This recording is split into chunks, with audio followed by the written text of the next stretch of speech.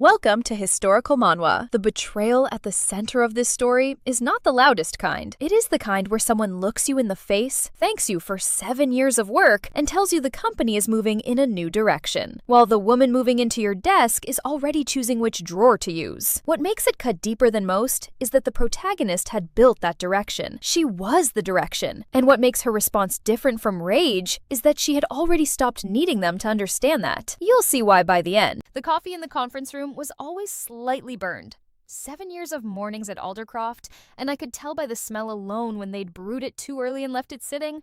That morning, the burned smell was there before I even opened the door. Dorian was already seated. That was unusual. He was a man who arrived to meetings precisely on time.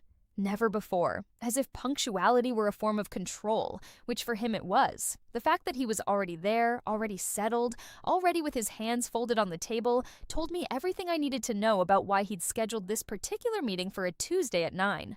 I sat down. I did not pour the coffee. "Vesper," he said. "Dorian." He had the termination letter face down on the table. I knew it was a termination letter because I had written them for him before. And I knew the weight of that paper. Aldercroft used a heavier stock for formal correspondence, 80-pound, cream-colored. And I knew the particular way it sat when it was folded at the center, thick with its own formality. He turned it over. I read the first 3 lines and stopped. The company was restructuring. My position, Director of Client Operations, was being eliminated. My last day would be in 2 weeks. My severance was outlined in the attached document. "I wanted to tell you personally," Dorian said.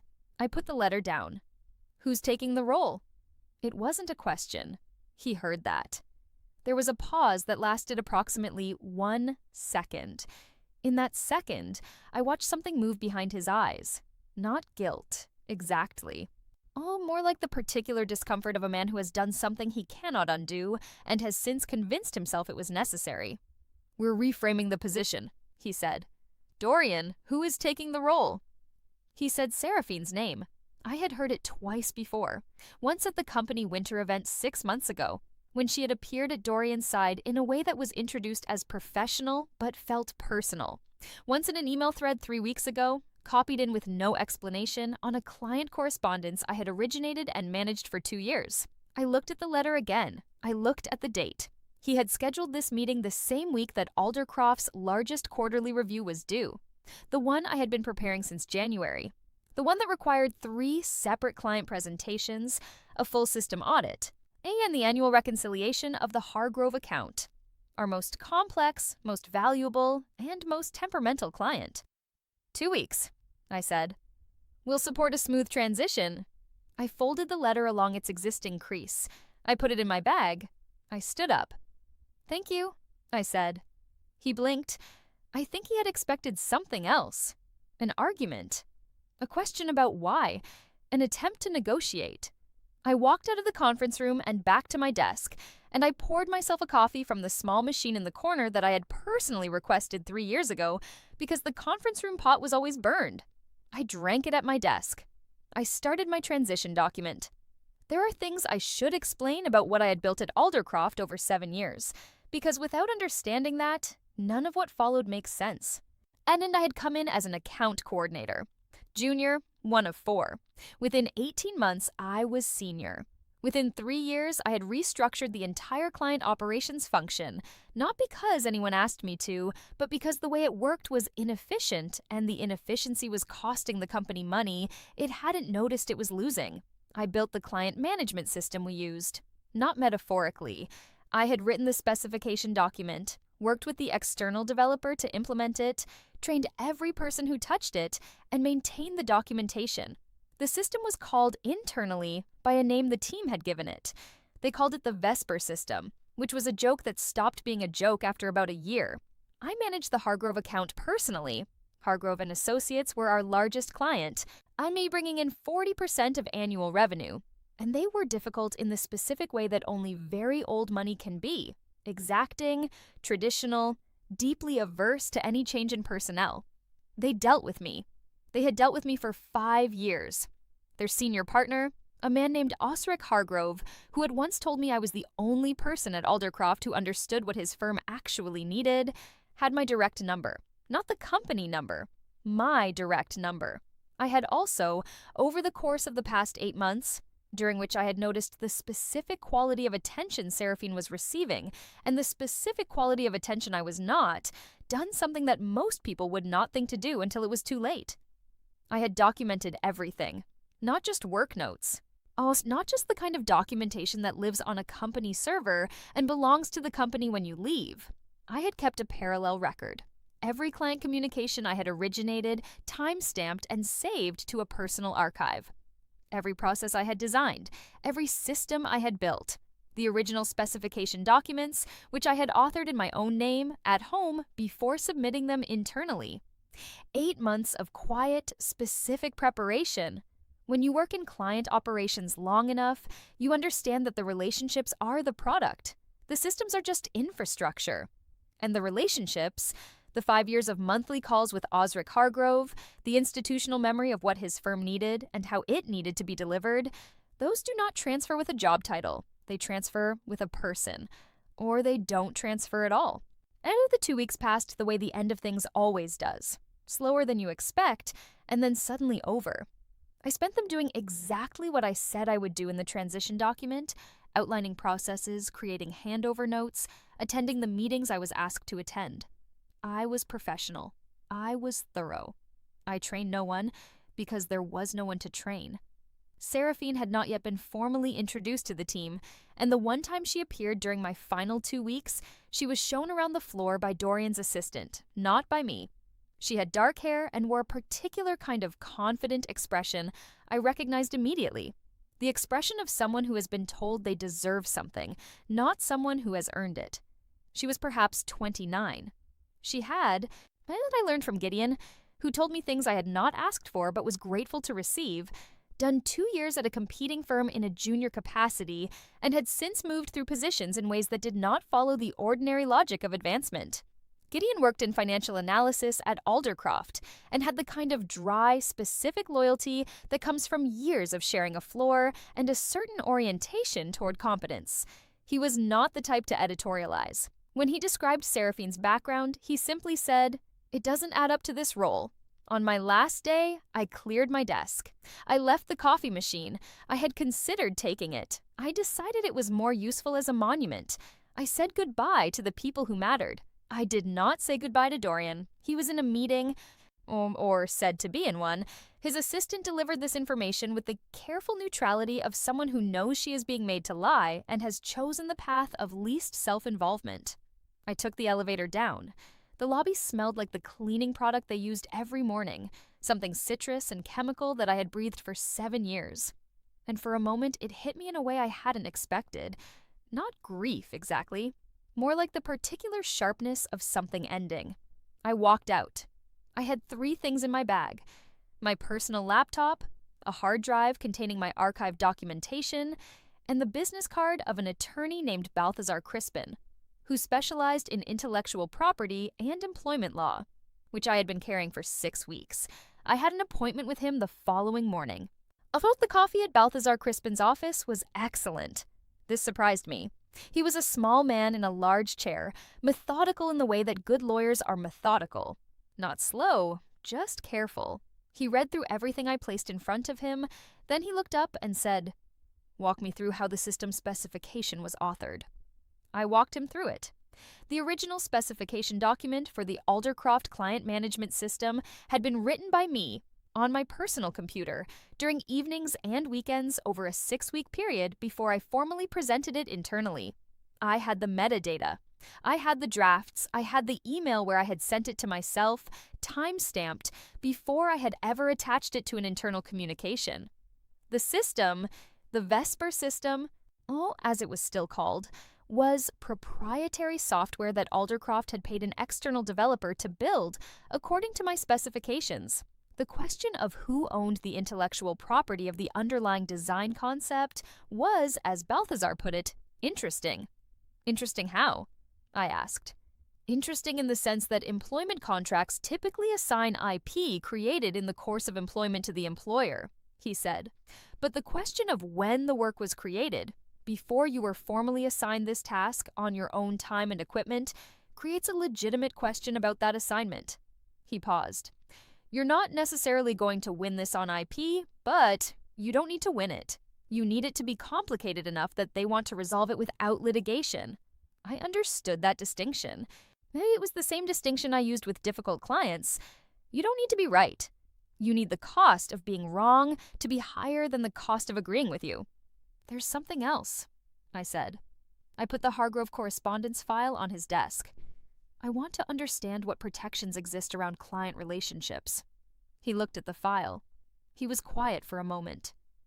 Are there non-solicitation clauses in your employment contract? Yes. They apply to direct solicitation. They don't apply to clients contacting me. He nodded slowly. No, he said. They don't. I had been out of Aldercroft for 4 days when Gideon called me. I was in my apartment, which was quiet in a way the office never had been. I had been using the silence. I was building something. I'll explain that shortly. And the silence was useful. Day one, he said. I put down my pen. Tell me. Gideon described events the way a camera would. Seraphine had arrived at 8:15. She had been given my desk, my login credentials, and a printed version of my transition document. She had a meeting with the Hargrove account team at 9. How did it go? I asked. She referred to Osric Hargrove as Oscar in the first minute. I was quiet. Twice, Gideon said. Osric Hargrove was 73 years old, the third-generation head of a firm that had been operating since before most of the people at Aldercroft were born. He had once, very quietly, withdrawn business from a competitor because their lead contact had sent him an email with 2 spelling errors. Not the content of the email. The spelling errors, the name mispronunciation was not a minor thing. Sonnet, it was the kind of thing that would be noted and remembered, and in the Hargrove way, never mentioned again, but never forgotten either. What did he do?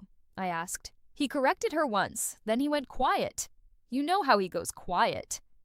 I did know. That particular silence meant that Osric Hargrove had made a decision and would not be reversing it. What else? I said. She couldn't find the quarterly reconciliation file. She asked me where it was. I showed her. She looked at it for a while, and then she said she'd need someone to walk her through it. The quarterly reconciliation file for Hargrove was a living document I had maintained for 5 years. It had its own logic, its own architecture, its own internal notation system that I had developed because the Hargrove account required a level of granular tracking that the standard system didn't support. It took approximately 3 months to understand how it worked if you had it explained to you. If you were encountering it for the first time without explanation, it was essentially unreadable. I had not included a guide to the reconciliation file in my transition document. I want to be precise about this. I had not sabotaged anything. I had not deleted files or corrupted data, or done anything that would constitute misconduct. I had simply not gone beyond what was strictly required. The transition document outlined the processes I was asked to document. Honoring the reconciliation file's internal notation system was a methodology I had developed over years and had never been asked to document, because until the day I was replaced, no one had imagined a scenario in which I would not be there. When is the quarterly review? Gideon asked. 12 days from now, I said. He was quiet for a moment. Okay, he said. On day 2, Gideon texted me 3 words. She asked IT at Aldercroft was a 2-person department that handled hardware, basic troubleshooting, and the maintenance of the system the external developer had built to my specifications. They knew how to maintain it. They did not know how to explain the methodology behind it. That was not their job. I did not respond to the text. On day 3, he called. She had a meeting with Dorian that ran 2 hours, he said. I don't know what was said, but she came out of it looking... He paused, selecting the word carefully. Smaller. Dorian would be discovering, by day 3, things that I suspected he had not fully considered when he made the decision he made. He would be discovering that the quarterly review was not a presentation. It was a detailed technical audit of client performance metrics, risk assessment, and strategic recommendations produced from data that lived in the reconciliation file and the system I had built, requiring someone who understood both, He would be discovering that the external developer who had built the system was no longer contracted with Aldercroft. That contract had lapsed 14 months ago, and that the only person who fully understood the system's architecture was me. He would be discovering that Osric Hargrove had not responded to Seraphine's follow-up email from the day one meeting. I knew all of this not because I was watching in real time, but because I had known it would happen. 7 years of building something means 7 years of understanding exactly what it requires to keep standing. On day 4, Osric Hargrove called my personal number. I was at my kitchen table. The city outside my window was doing what it did in early spring, half gray and half almost bright. The kind of light that can't quite commit. I answered. "Miss Vesper," he said. He had always called me that. Not Miss. Not by my last name. Miss Vesper, in the formal mode of an older generation that had its own logic. "Mr. Hargrove, I've been trying to understand the new arrangement." His voice was precise and measured. "I wanted to speak with you directly." "I appreciate that," I said. "I'll be honest with you. The woman they've assigned has called me twice. In the second call, she referred to our March filing as a formality." A pause. "It is not a formality." The March filing for Hargrove and Associates was a regulatory submission with a legal deadline, tied to 3 separate jurisdictional requirements that had to be reconciled and submitted in sequence. I had managed this filing for 5 consecutive years. One year, the deadline had fallen on a Sunday, and I had worked through the weekend to ensure everything was in order. It was not a formality in any interpretation of that word. "I understand," I said. "I want to ask you something directly," Osric said. "Of course." "Are you available to work?" I had been waiting for this question. I had not hoping for it. I had known it was coming. Osric Hargrove was a man who operated on relationships and on competence, and he had understood within 48 hours that the competence he relied on had been removed from his account. "I've recently started a consultancy," I said. There was a brief silence. "What are your rates?" I told him. I had researched this carefully. My rate was the correct market rate for the level of expertise I was providing, which happened to be considerably higher than my former salary, because consulting rates include the premium of availability and specialist knowledge. "When can you begin?" he said. "This week," I said. The consultancy had existed technically for 11 days. I had incorporated it the week before my final day at Aldercroft. Oh, not in anticipation of anything dramatic. I want to be clear about this, but because I had understood for 8 months that my position was not secure. And the most practical response to insecurity is preparation. It was called simply Vesper Consulting, registered, licensed, with a business account and a clean website that said very little but said it precisely. I had one client on record before Osric Hargrove called, a small firm I had been informally advising for several months, the kind of arrangement that exists in a gray space before it becomes formal. The day after Osric's call, I added Hargrove and Associates to my client roster. Gideon called that evening. "She's at her desk at 9 o'clock at night," he said. "Is she making progress?" "Hard to say. She keeps asking people questions they don't know how to answer." He paused. Dorian came back in at 7. He looked at something on her screen for a long time, and then left without saying anything. I thought about Dorian looking at the reconciliation file. I thought about him understanding, perhaps for the first time, the full architecture of what I had built, and what it would take to rebuild from the outside. "She's trying," I said. It was the most I was willing to give. "She's trying things she was told she could do," Gideon said. "Those are different." He was right. They were different. One is effort. The other is error of judgment compounded until the compound is the problem. On day 5, at 11:47 in the morning, Seraphine resigned. Gideon did not call me this time. He sent a voice note, 4 seconds long. That said only, "She's gone." I was in a coffee shop 2 blocks from my apartment. Alma working through the Hargrove March filing, which I had begun the night before using the methodology I had developed over 5 years, and which lived in its complete form only in my own head and my own archived documents. I listened to the voice note twice. I put my phone face down on the table. I kept working. I'll tell you what I know about why she left, because Gideon found out, and what he found out mattered. Seraphine had been told by Dorian that the role was primarily strategic. client relationships, high-level oversight. The operational complexity would be handled by the existing team.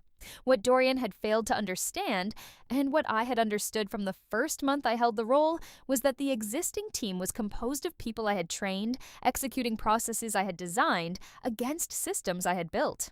In ways their competence was real, but it was calibrated to working within a structure. The structure required someone who understood its total logic to maintain it. Without that person, the team was capable and directionless in equal measure. On day 3, when it became clear that the March filing required knowledge she didn't have, Seraphine had asked the team to walk her through it.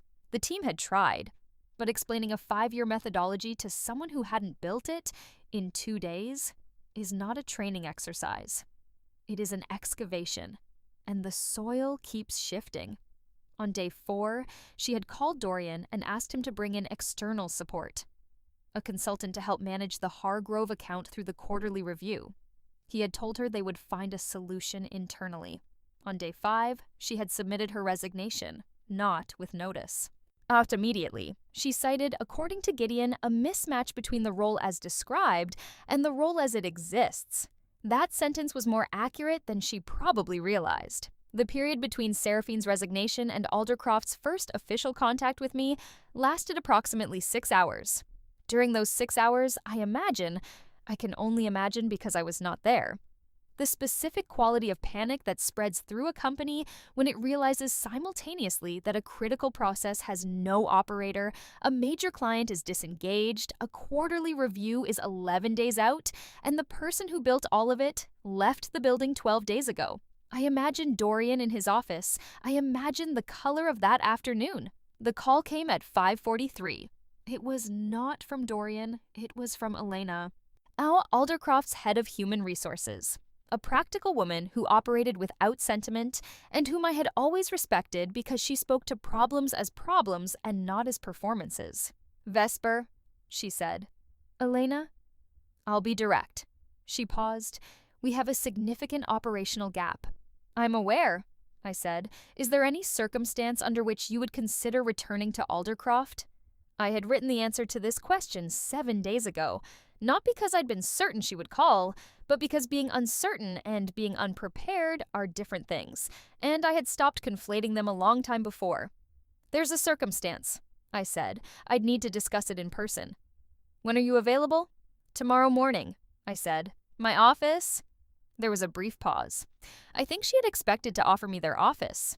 Oh, choosing the location, small, seemingly administrative, was not a power move in the dramatic sense.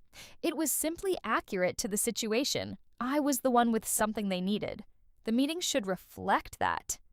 9 o'clock, she said. 9 works, I said. I want to be honest about the night before that meeting, because the story as I've told it so far has a cleanliness to it that real things rarely have. The truth is that I sat in my apartment at 11 o'clock and felt, for the first time since the termination letter, something adjacent to the thing I had not let myself feel while everything was happening. Not devastation, more like the long, quiet exhaust of vigilance. The specific tiredness of someone who has been prepared for so long that preparation itself has become its own kind of weight. 7 years. I had spent 7 years building something in a house that was not mine. I had built the walls and the floors and the systems that made everything run, and then I had been informed on a Tuesday morning over a burned cup of coffee that the house no longer needed me. The part they had not considered, the part that Dorian, in his particular failure of imagination, had not stopped to think through, was that I had known the house better than I had ever let anyone see. I had known exactly which walls were load-bearing. I poured a glass of water. I went to bed. In the morning, I was precise and rested. Elena came to my office, which was currently my kitchen table, with a good lamp and a plant I had purchased specifically because I thought I might be taking calls in this space for some time. She came alone, and I had made better coffee than the conference room ever managed. She sat down across from me, and she did not waste time. "What would it take to bring you back?" "I'm not coming back to the role," I said. "My consultancy is active. I have clients, including Hargrove and Associates, who have engaged me directly." I paused to let that land. "What I'm willing to discuss is a contract." Elena's expression did not change, but something in it shifted. A consulting contract? A senior consulting contract. Defined scope, fixed term. I'd suggest 12 months initially, renewable. I'd manage the Hargrove account and oversee the quarterly review and the March filing. I would not be an employee. I would be an external contractor with deliverables and a rate. What rate? I told her. She was quiet for a moment. And then, that's 3 times your former salary on an annualized basis. I know, I said. It's also considerably less than the cost of losing the Hargrove account. I kept my voice level. I was not performing. I was reporting. Their annual contract is 40% of Aldercroft's revenue. If they disengage, the company's position shifts materially within 1 quarter. My rate for a 12-month contract is approximately 11% of what that account generates annually. Elena was a practical woman. She looked at the numbers the way a practical person looks at numbers. Not emotionally, just to see if they were true. They were true. I'll need to discuss this with the board, she said. Of course, I said. I'd also like you to know that Osric Hargrove has indicated, through our conversations, that he would prefer to continue working with me in my current capacity. I can have him send a formal communication to that effect, if it would be useful for internal discussions. Elena looked at me for a moment. That would be useful, she said. I'll arrange it, I said. She left 37 minutes after she arrived. I called Osric Hargrove immediately after. Would you be willing to send a formal note to Aldercroft's board expressing your preference for continuity of account management? I asked. I already drafted one this morning, he said. I was waiting for the appropriate moment. I smiled, which he could not see. Now would be the moment, I said. While I waited for Aldercroft's board to deliberate, I kept working. The Hargrove March filing was my immediate priority. I worked through it over 4 days. I was using the methodology I'd refined over 5 years, the notation system, the reconciliation structure, the 3-jurisdiction sequence. I worked efficiently and without urgency because I knew the deadline and I knew the process and I had done this before. On the 2nd day, Gideon called with an update. The board met yesterday, 2 hours. Dorian was in the room. What do you know? I know that the Hargrove letter arrived during the meeting. Osric apparently wrote it personally, not his assistant. 2 paragraphs. I thought about Osric Hargrove sitting down to write 2 paragraphs. He was not a man who wrote things he didn't mean, and he was not a man who wrote things personally when a delegate would do. And? I said. Dorian came out looking... Gideon searched for the word. Reassessed. Reassessed. That was exactly the right word. Not humiliated. Dorian was not the type who wore humiliation visibly. Reassessed. In the way that a person who has made a miscalculation and knows, it looks when they are in the process of recalibrating. I thought about him in that meeting room, reading Osric Hargrove's personal letter about why he needed to continue working with me. I thought about the board members looking at the numbers Elena had brought in. I thought about the moment when the cost of the decision they had made became concrete rather than abstract. Thank you, I said to Gideon. Are you coming back? He said. Not in the way I was before, I said. He understood what that meant.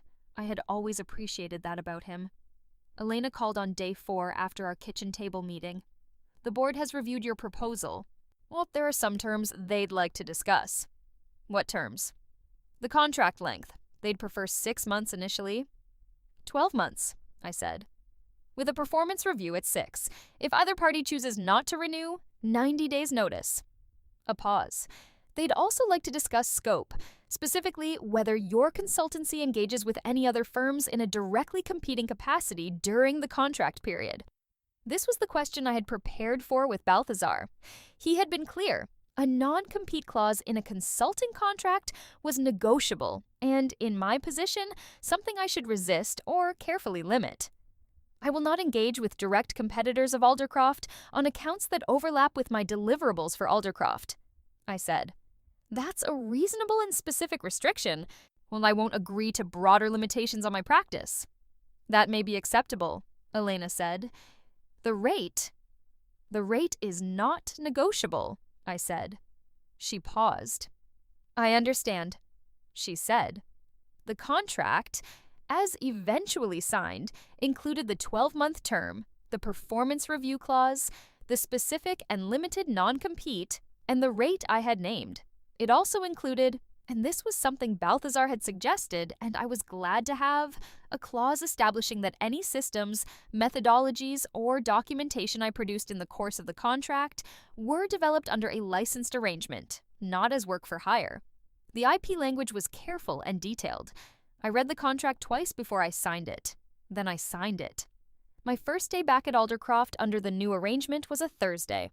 The building smelled the same, and the lobby still used that citrus cleaning product. The elevator had the same particular hum it always had, slightly lower than you expected. I had my own visitor badge now, because I was not an employee. This was a small thing that turned out to matter more than I expected. There is a particular clarity in the visitor badge. It says, I am here on specific terms, for specific purposes, and when those purposes are complete, I will leave. It eliminates the ambient anxiety of belonging to something that can decide to stop belonging to you. I set up at a temporary workspace. Not my old desk, which had been returned to its original configuration, not Seraphine's configuration, which had apparently not lasted long enough to become configuration. And I opened my laptop. The first person who came to speak to me was Mara, from the accounts team, and who had been there for 3 years, and who had always been quietly competent and somewhat underestimated. She sat down across from me and said, "Where do you need us?" I looked at her. "The March filing first," I said, "then the quarterly review. Walk me through where everything currently stands." She did. It took 45 minutes. What I found was what I had expected. The processes were intact, because the team was competent, but the coordination layer, the thing I had provided, was absent. Everything was moving, but nothing was moving together. Over the next 3 days, I rebuilt the coordination, not dramatically, task by task, conversation by conversation, the reconciliation file reintegrated with the workflow, the March filing sequencing back on track, the Hargrove client communication resumed in the register that Osric expected. On day 3, Osric Hargrove called to say he had reviewed my preliminary communication and was satisfied with the progress. He used the word satisfied. For Osric, that was the equivalent of enthusiastic. I encountered Dorian on the 4th day. This was deliberate on his part. He had given me space for 4 days, which was either courtesy or cowardice. And I had not sought him out, which was a decision I had made and not revisited. On the 4th day, he came to my workspace while I was reviewing the quarterly data and stood near the edge of it in a way that said he wanted to speak without making the approach formal. I looked up. "Good morning," I said. "Good morning." He paused. "How is it going?" "Well," I said, "the filing will be submitted on time. The quarterly review is on track." He nodded. He had his hands in his pockets, which was a posture I recognized. It was how he stood when he was working out how to say something. "I want you to know," he began. "Dorian," I said. He stopped. "The work is going well," I said. "I appreciate that." He was quiet for a moment. He understood, I think, that I was not going to give him the conversation he had come over to have. Not because I was being cruel, but because there was nothing in that conversation that would change anything or produce anything useful, and I had stopped spending energy on things that didn't produce anything useful. "Right," he said. "Did you need anything else?" I asked. He said no. He walked back across the floor. I went back to the quarterly data. So I want to pause here and explain the thing that people often miss when they hear a story like this. The part where the protagonist wins and it looks clean and satisfying, as if the victory were the product of a single good decision or a single bold move. It wasn't. What I had done over the 8 months before I was fired was boring. It was meticulous and repetitive and sometimes felt paranoid. Keeping a parallel documentation archive means saving files you may never need. Researching IP law means reading documents that are dense and often inconclusive. Noting the patterns in a colleague's advancement and then tracking your own position against those patterns is not exciting. It is the opposite of exciting. It is the work of someone who has decided that reality is more important than the story she would prefer to be living. The story I would have preferred to live was one where my work was simply recognized, where 7 years of building something mattered in the way that 7 years of building something should matter, where I didn't have to watch someone positioned above me for reasons that had nothing to do with operational capability. That story was not available. What was available was preparation. And preparation, done quietly and specifically over 8 months, produced a situation in which the person who thought they had eliminated me had not eliminated me at all. They had simply reclassified me from internal asset to external one, on different terms that I controlled. I was earning 3 times my former salary. I had a client relationship that no employment contract could reach. I had a consultancy that would outlast any single contract. And in the system I had built, the one they still used, still informally called the Vesper system, operated within an IP framework that meant any future iterations would require my involvement or my authorization. The licensing clause had been Balthazar's suggestion. I had been glad to take it. The March filing was submitted on schedule, on a Wednesday afternoon, in the correct sequential order across all 3 jurisdictions, without incident. I sent Osric Hargrove a brief note confirming submission. He responded within the hour. As expected, thank you, Miss Vesper. From Osric, that sentence contained more warmth than most people's paragraphs. The quarterly review happened on a Friday. 16 people in a conference room that smelled, as it always did, of burned coffee. I presented the Hargrove account data, the risk assessment, and the strategic recommendations. I presented the reconciliation figures in the format the board had used for 3 years, which was a format I had designed. Osric was there in person, which was not always the case. He sat at the end of the table in the particular stillness of someone who is listening with complete attention. He asked 2 questions, both of them precise. I answered them. After the meeting, as people gathered their materials, he came over and said quietly, "I appreciate the continuity." "So do I said. He nodded once, the way he did when something had been settled, and left the room. 3 weeks into the contract, Gideon asked me to come for a coffee. We went to the place 2 blocks from the office that had the actual good espresso, the kind that Aldercroft's conference room had never and would never produce. It was a small place, dark wood and afternoon light, and we sat at the corner table, and for a while we didn't talk about work at all. He asked about the consultancy. I told him it was growing. I had taken on a second client, a mid-size firm in a different sector, that had found me through a professional contact who had seen my work and decided it was worth paying for. "Are you going to renew the Aldercroft contract?" he said. "Probably," I said. "It's a good anchor client." "But not the only one." "No," I said, "not the only one." He drank his coffee. He was quiet in the comfortable way of someone who doesn't need to fill silence. "She came back," he said, after a moment. I looked at him. "Seraphine, she came back to collect something she'd left. A jacket, I think." He paused. "She didn't say anything to anyone." "In and out." I thought about that. A jacket left at a job that lasted 5 days. The particular small awkwardness of retrieving something from a place that hadn't worked out.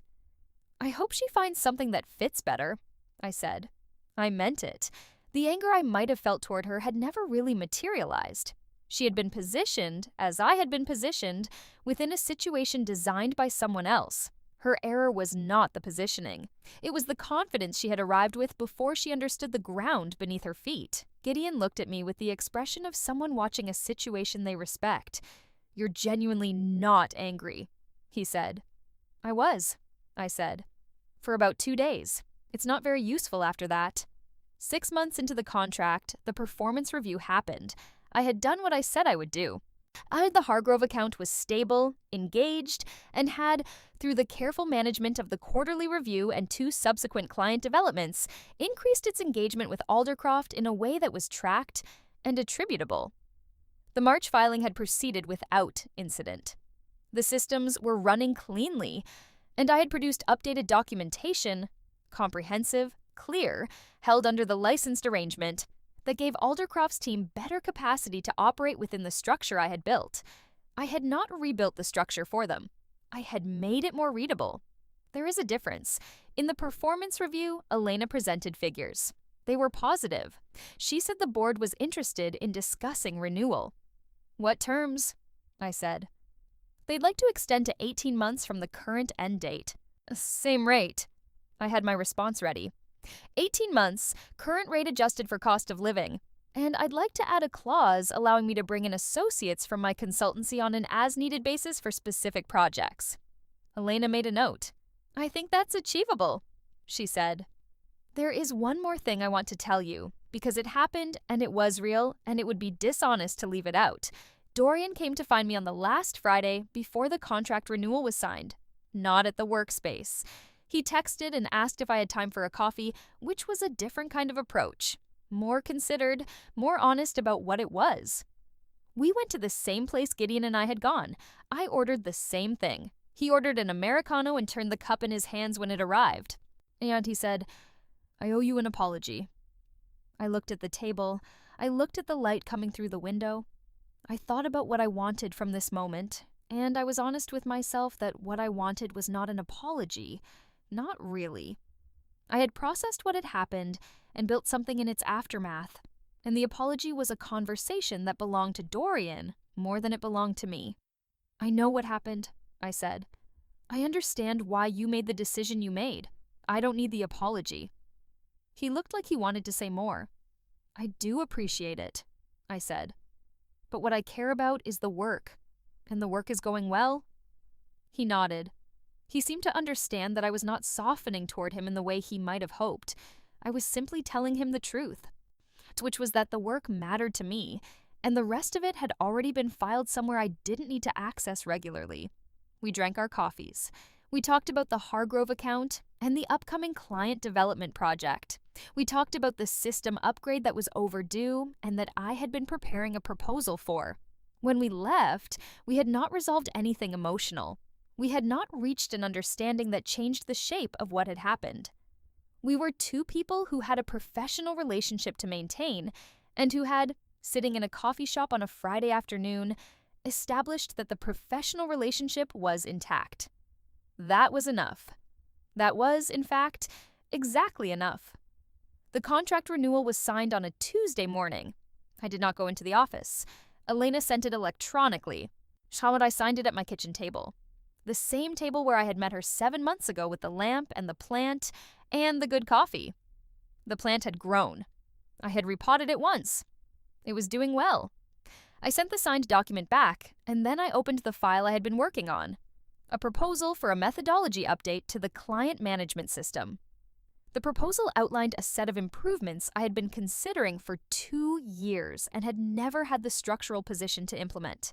As an external consultant operating under a licensing arrangement, I had both the leverage and the framework to do it properly. The proposal was addressed to Aldercroft's board.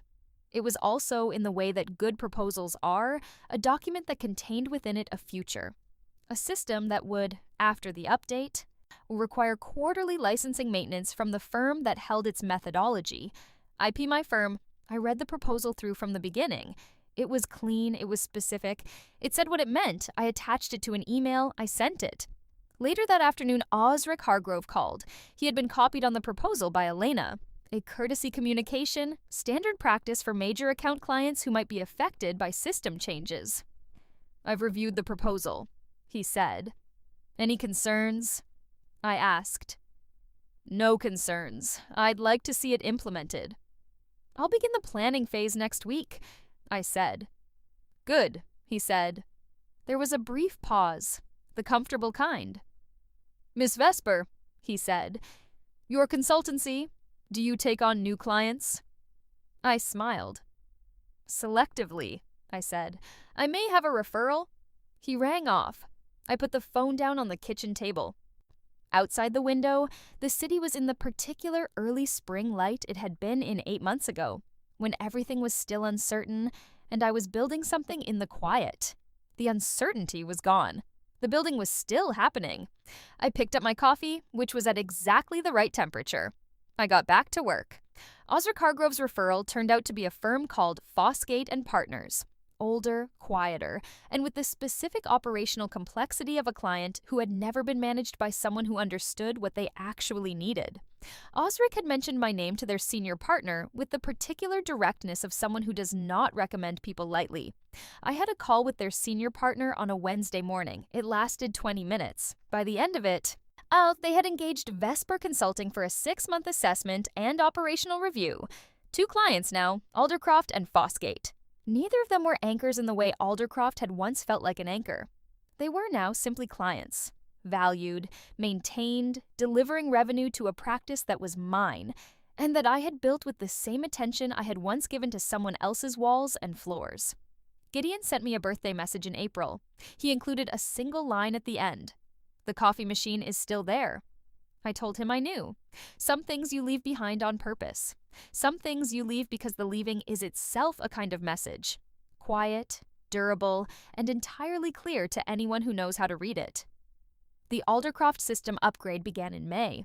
I brought in 2 associates from my consultancy, Mira, a systems specialist I had worked with before, and Thaddeus, a documentation expert who was meticulous and fast. We ran the project in 12 weeks. The updated system was cleaner, more scalable, and documented in a way that Aldercroft's team could operate within without needing to call me for every complication.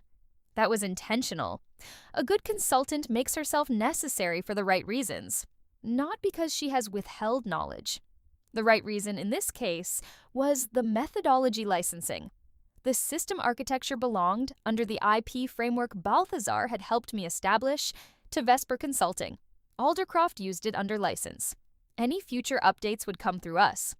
Not because I had structured it to be punishing, because that was the accurate valuation of what I had created.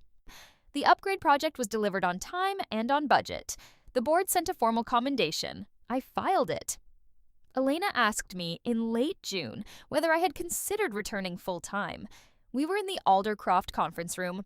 The coffee was still burned. Some things do not change. "No," I said, "not full-time." The board would be willing to discuss an enhanced package, director-level, salary to match your consulting rate, plus benefits and equity participation. It was a significant offer. I sat with it for a moment, not because I was tempted, but because it deserved to be heard properly. "I appreciate the offer," I said, "and I want to be honest with you. The consulting arrangement works for me in ways that employment doesn't. It's not about the money." She looked at me. "It's about the structure," I said. "As a consultant, so I have a defined relationship with deliverables and outcomes. I have a practice that extends beyond any one client.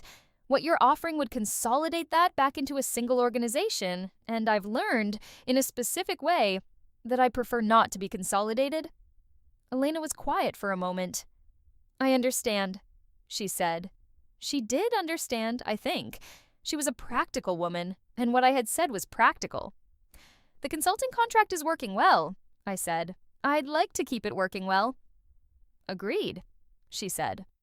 The coffee in my cup was the temperature it always was in that room, not quite hot enough anymore.